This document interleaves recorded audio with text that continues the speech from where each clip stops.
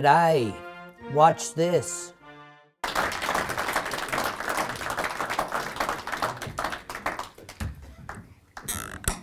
Well, that wasn't my hip, I can't blame that. That was a very insightful address. Thank you very much, Senator.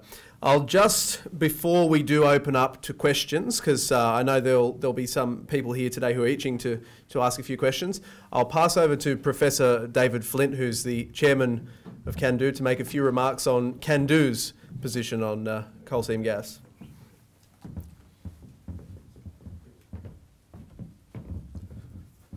Thank you, Joe. I'd like to thank David Clark for being so courageous as to hold this seminar. I don't know about you, but my eyes were widely opened by what Bruce had to say and what Senator Heffernan had to say.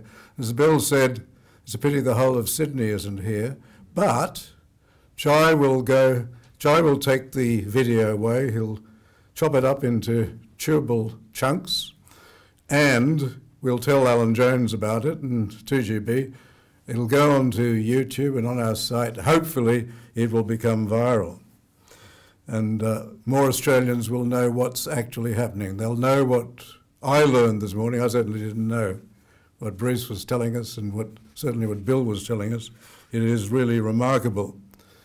Jai pointed out that CANdo has a charter. It was his idea. It has a charter, and amongst the things that we want to recognise is the right to private property, because we say private property encourages free enterprise and competition, and it will build a stronger Australia. Well, on private property, I just wanted to give you a couple of quotes. Private property is a reflection of the values of a bygone era. It is an archaic notion. Now, who said that? Another senator.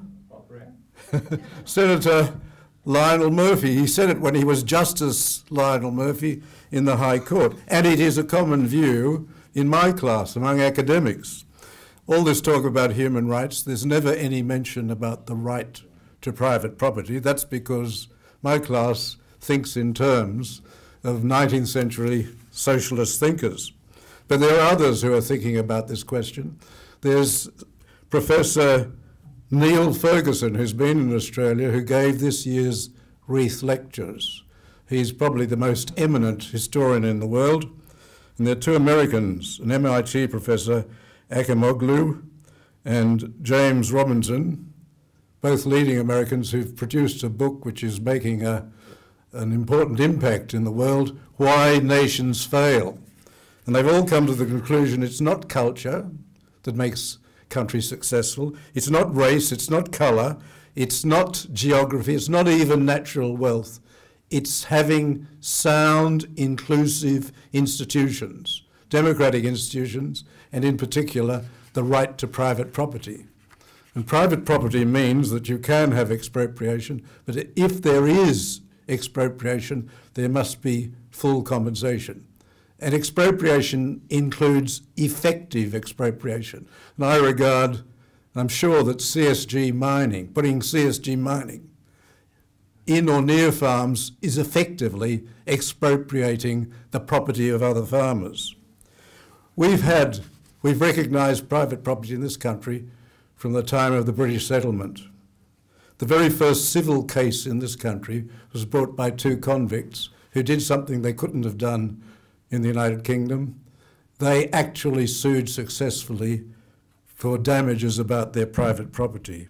But in recent years, there's been an increasing disregard of private property, and we've heard about it in the Wild Rivers Act in Queensland, where as a result of a purely political deal, a vast part of Queensland, I wasn't aware of how vast it was till I heard Bill, was tied up just to satisfy a political deal. We've heard it, we've seen it in relation to the dairy farmers, we've seen it in relation to native vegetation, we've seen it in the allocation of water rights, the use of state legislation in an agreement with the federal authorities to tie land up into carbon sinks, as we saw in one leading case, and we're seeing it now in the extraction of minerals. And we're seeing it also with wind farms. We say, CANdo says, that there should be a further check and balance.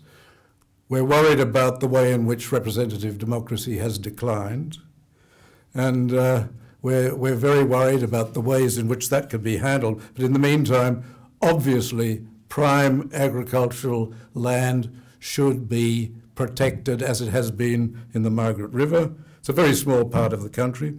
If there's going to be mining on someone's land, even though the minerals are owned by the state, the landholder should have to give his or her consent to that mining. It's outrageous that that doesn't happen. It's outrageous that the land is completely disturbed and left derelict because of the mining underneath it. And we say that development should not impinge on resources such as water and so on. So in the last few days, Alan Jones has been talking about the need for a social licence, a need for a social licence for mining. And he's been reporting on Shell's second thoughts about some of the development that's going on in the Darling Downs. It's very important that we have these protections. CANdo will do all it can, and as I say, we'll try and make sure that these videos are released and that they're made viral. Thank you.